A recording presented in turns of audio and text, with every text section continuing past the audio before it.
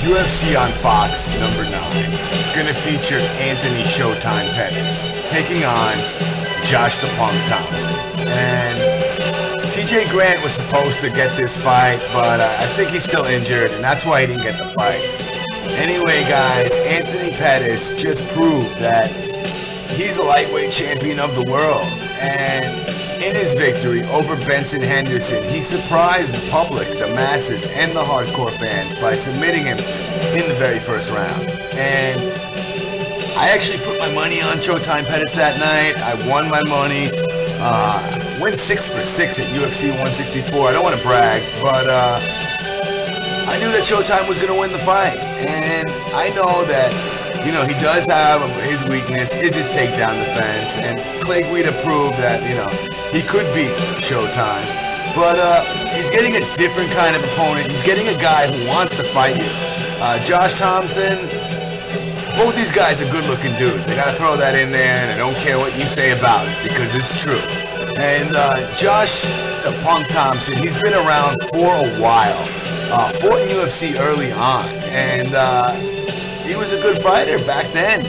But for some reason, and I don't know why, he left UFC and he hadn't been back. He had a long stretch in Strikeforce where he fought at top level. And he fought versus El Nino, Gilbert Melendez, who bested him in these long decision fights. And, you know, he won in a split decision, an unanimous decision, and he bested Josh Thomson. And Josh Thomson really didn't get his chance to shine. But he proved that, you know, even at I don't know how old he is now. I think he's 34 years old, maybe turning 35 years old real soon.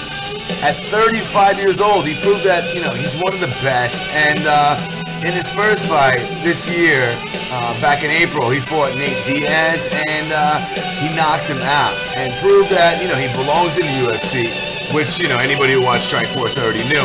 But he proved that he's one of the best. And I personally think that a lot of people are going to say that Showtime's just going to run through Josh the Punk Thomson.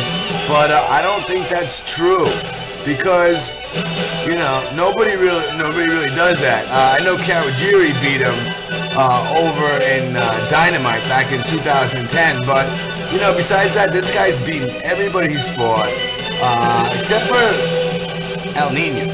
And Josh Thomson's just a tough fight for anybody.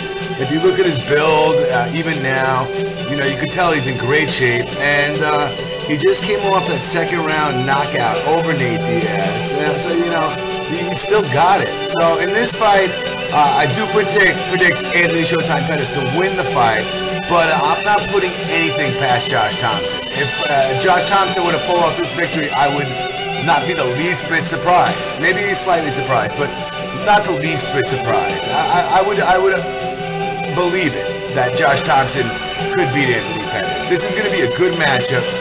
Both these guys are just really good in all areas, in striking, on the feet, on the floor.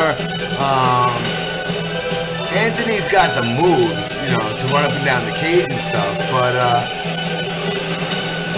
Josh Thomson's a good opponent, man, for anybody. And I'm really happy Josh Thomson got this fight.